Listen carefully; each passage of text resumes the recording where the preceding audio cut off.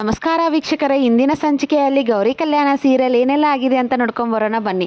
ಅದಕ್ಕಿಂತ ಮುಂಚಿತವಾಗಿ ಯಾರು ನನ್ನ ಚಾನಲ್ ಫಸ್ಟ್ ಟೈಮ್ ನೋಡ್ತಾ ಇದ್ದಾರೆ ಪ್ಲೀಸ್ ಸಬ್ಸ್ಕ್ರೈಬ್ ಮಾಡಿ, ಪಕ್ಕದಲ್ಲೇ ಕಾಣುವಂಥ ಬೆಲ್ಲೈಕಾನ ಮಿಸ್ ಮಾಡದೆ ಒತ್ತಿ. ಮನೆಯಲ್ಲಿ ಗೌರಿಗೆ ಏನೆಲ್ಲ ಆಗಿದೆ ಅಂತ ಅವ್ರ ಚಿಕ್ಕಮ್ಮ ಹೇರ್ತಾಳೆ, ಅಂದರೆ ವಿವೇಕ್ ಚಿಕ್ಕಮ್ಮ ಹೇರ್ತಾಳೆ. ಹಾಗೆ ಸೀದಾ ವಿವೇಕ್ ಅಮ್ಮನ ರೂಮಿಗೆ ಬರ್ತಾನೆ. ಆವಾಗ ಅಮ್ಮ ತಲೆ ಕುತ್ಕೊಂಡಿರುವಾಗ ಅವರಮ್ಮ ಕೇಳ್ತಾಳೆ, ಏನಪ್ಪ ವಿವೇಕ್, ಏನಾದರೂ ಬೇಕಾಗಿದೆಯಾ, ಬಾ ಒಳಗೆ ಅಂತಂದಾಗ ವಿವೇಕ್ ಹೇಳ್ತಾನೆ, ನಾ ಕೊಟ್ಟಿದ್ದು ನಮ್ಮನೆ ದುಡ್ಡಲ್ಲಮ್ಮ ಅಂತ ವಿವೇಕ್ ಅವ್ರ ಅಮ್ಮನಿಗೆ ಹೇಳ್ತಾ ಇರ್ತಾನೆ. ಅವಳು ದುಡ್ದಿದ್ದ ದುಡ್ಡು ಅಮ್ಮ, ಆ ಡಿಸೈನಿಂದ ನಮಗೆ ಕೋಟ್ಯಾಂತರ ಬಿಸ್ನೆಸ್ ಆಗ್ತಾಯಿದೆ ಅಮ್ಮ, ಆದರೂ ನಾವು ಪುಣ್ಯವತಿ ಕೊಟ್ಟಿರೋ ಪೇಮೆಂಟ್ ಕಮ್ಮಿನೇ ಅಮ್ಮ.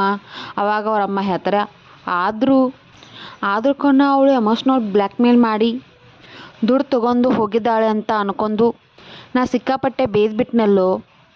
ನಿಜವಾಗ್ಲೂ ಅವ್ರಿಗೆ ಶಕ್ತಿ ಇದ್ದರೆ ಆ ಸ್ಥಾನ ಕೊಡು.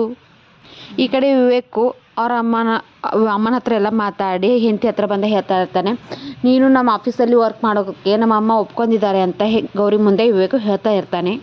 ನೀನು ನಾಳೆಯಿಂದ ಬಂದು ಆಫೀಸ್ಗೆ ಜಾಯ್ನ್ ಆಗ್ಬೋದು ವಿವೇಕು ಗೌರಿಗೆ ಹೇಳ್ತಾ ಇರ್ತಾನೆ.